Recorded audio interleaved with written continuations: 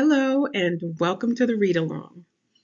The title of this book is One Chair, One Reality: The Key to Faith and Dominion That Works, written by Donna Eve.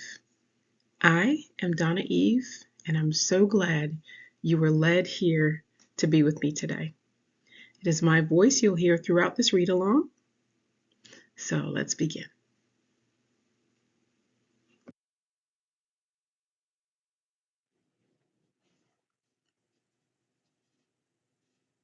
Lesson 8. Most children have mastered one chair. Children's mastery. When a child wants something, they want that. If you try to introduce an alternative, another option, a substitute, how about this instead, they protest. They cry, they push back, they may even throw a tantrum. Why? Because they don't want their choice unseated. Children don't negotiate their desire the way adults do. They don't pre-manage disappointment. They don't calmly consider backups. They seek one reality and defend it with everything they've got. This isn't immaturity, it's singular consent. Adults often interpret this behavior as stubbornness. In reality, it's clarity. Children seem to instinctively understand that there is only one outcome at a time. What changes over time is not their capacity for faith, it's their training. As children grow, they are taught to soften expectations, to accept substitutes, to prepare for disappointment, to seek alternatives just in case. Eventually, what once looked like clarity gets labeled as unrealistic, and confidence labeled as stubborn. The mechanism was never wrong. Children don't need to learn the one chair principle. The adults in their lives need to stop unteaching it.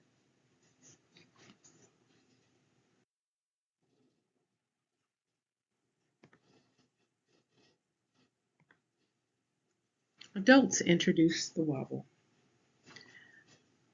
Adults are not used to operating the one chair system properly.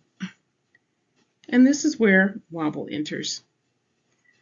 There are many stories of faith and manifestation, and the most surprising ones are often from children. Not because they are special or magical, but because they don't wobble.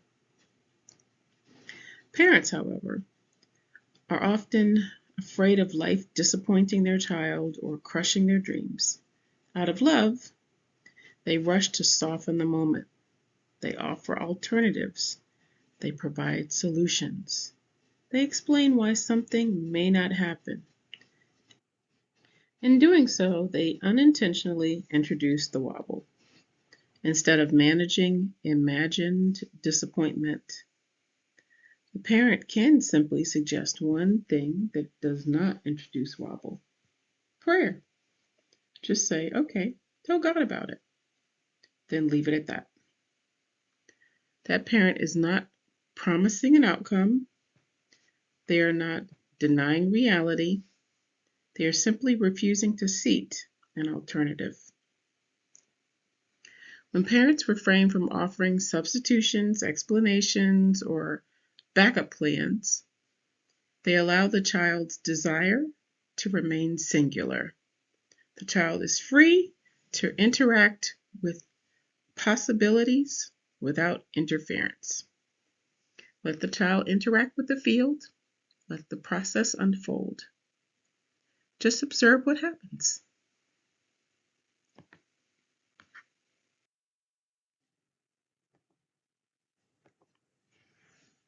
Stories with no wobble. Non-wobble number 1, the bee costume. My 8-year-old granddaughter decided she wanted a bumblebee costume.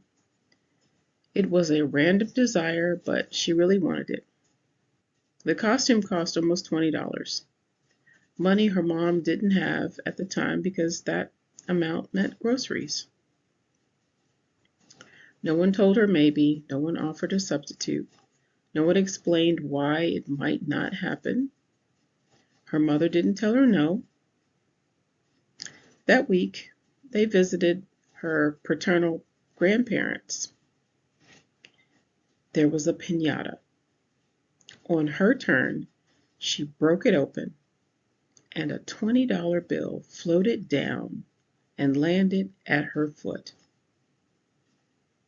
I said, well, I guess she gets a bee costume. Non-wobble story number 2. The paper heart. One afternoon, a little girl was leaving class looking unusually sad. I asked her if she was okay, and she shared that she missed her dad. He was in prison. I gave her a small paper heart cut from construction paper and said, write your wish on this heart and put it in a safe place. I didn't explain, I didn't qualify it, didn't offer an alternative. I just left it at that. A couple of weeks later, she came to me smiling and said she had seen her father. He had come to visit her at home. I was happy for her. Non-wobble number 3. The new car. My son said he wanted a new car, but immediately followed that desire with a list of reasons why it couldn't happen. He talked about his credit score, the dealerships taking advantage of people, and how he could never seem to catch a break. I listened, then said one thing. That's not rational.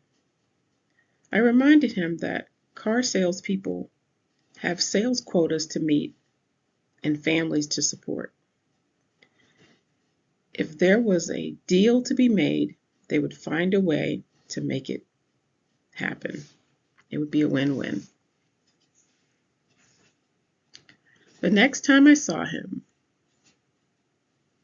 he called me out to the parking lot smiling so I could come see his new car. My son had seeded the I can't catch a break plan. Once that narrative was challenged, he chose to seek a different reality, the win-win plan, and acted from there.